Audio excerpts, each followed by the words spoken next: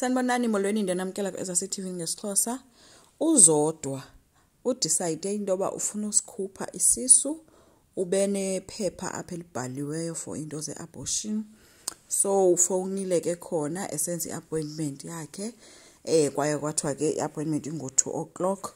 So uthe ke esangene ebathroom eyohlamba. Ngexesha ahlamba kwafika ugabisile uza umzisele ukutya. Then ke uthe xa eza kushiya ugabisile kwaqala wawungena efonini kaZodwa. Xa efika ifoni ilokhiwe wabhizi ke ekhangele egubhula into angayaziyo. Wazofumana ke eliphepha kwi-drawer ngoku ulithathe lo phepha waligijimisa walisa straight kuMamzobe eyombonisa ethi ke nakucinga into yoba ngunobuntu ngoba noko uZodwa sisaguga ngeke abisabesaba umuntu okhulelweyo njengangoku. Yamothusa ke lento uMamzobe sithi makayeke uzawuthetha uzawubona uyisota kanjani lento uba ngubani lo muntu okhulelwe apha endlini kodwa abesithi lo mntana ukhona umuntu omithiyo apha.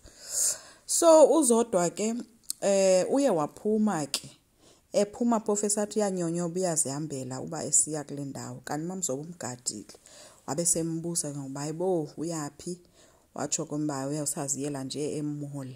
Hayi ke ngelishwa lakhe ke kwabe uMamzobe sesazi uvele watsho khona into yoba hayi ndiyayazi into yoba ufuna ukwenza i-abortion kwenze njani. Hayi besembalisela ke ngobuxoki bakhe into yoba no tata womntana akasamfuna umntana that's why yena decide into yoba asikhuphe ke isisu. Hayi ke uMamzobe wamzama ke into yoba emcebise ethi no umntana is a gift from God awukwazi uvele nje usuke umthathe esi sisibusiso esihle osiphiwe nguThixo. So uye wamconvince ke noZodwa kawazama wamamela wabuyela ke ekamereni yakhe ke ethi uMamzobe makahambe relax. Wambile kuZodwa engulomuntu ke uyo relax ekamereni. Kodwa ke uMamzobe uthe esawusuka nje emehlweni kaZodwa kanti uZodwa uzoshiyeka enyonyobe emka khange sibone uba uphume kanjani but ke umkile kwenza leyo nto yalo abortion yakhe ke esingekamazi noba uZodwa yenze na.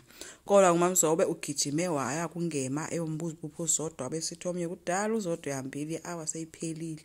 Kwathi gqike noDifa wabesesiva lento wothuka kuDifa into yoba kanti uZodwa uyosikhupha isisu. Nanko ke gijime uzivalele ekamereni uDifa zama fonela uZodwa. Zodwa akayiphendula ifoni. In fact ifoni yakhe ingena ku-voicemail washiya imessage emcingayo into beyamcela angayenzi lento. Kwamkhululi emveni koba umkhulule befikelwe ngumaphalala ezomxelela into yoba azimakakayeke ukushumayelisa usibusiso enkonzweni.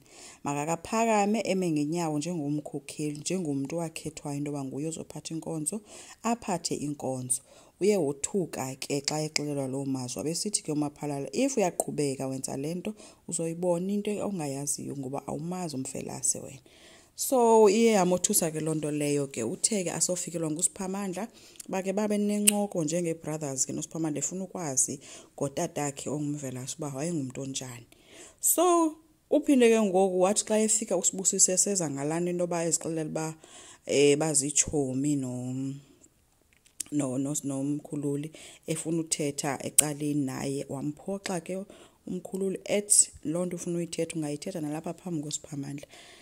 So umgabhile ke uSibusiso futhi ukumgabha kwakhe ude wamthuma into yoba yena umsebenzi wakhe ngokuphuma ahambe umhlambela imoto ahlukane nento zakwaMthembu nento zenkonzo. Sibusiso ke ukhathazekile uthetha nesister yakhe ude uyayingxamela into yoba kutheni lento ungade uzale ngoba ngoku umkhululi siyamluza ubuyela kwabantu bakwaMthembu. Kanti ke yena usister wakhe bemxelela into yoba kaloku uMlungisi ngokwaMthembu ekugqibeleni so funeka uyi-understand lona. Uthi ke ngoku lo sizawuluza ke thina kanti bekumele uba sowunomntana sibe nento sombamba ngayo ngoku asinakwanto sinokumbamba ngayo.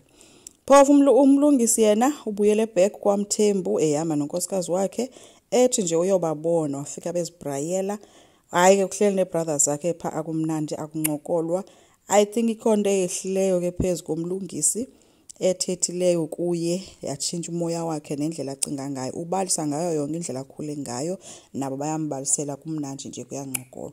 So asazi noba uhleli phezulu kweqhinga okanye se right nabantu bakwaMthembu okanye nje yonke into ibuyela esimeni saso asazi.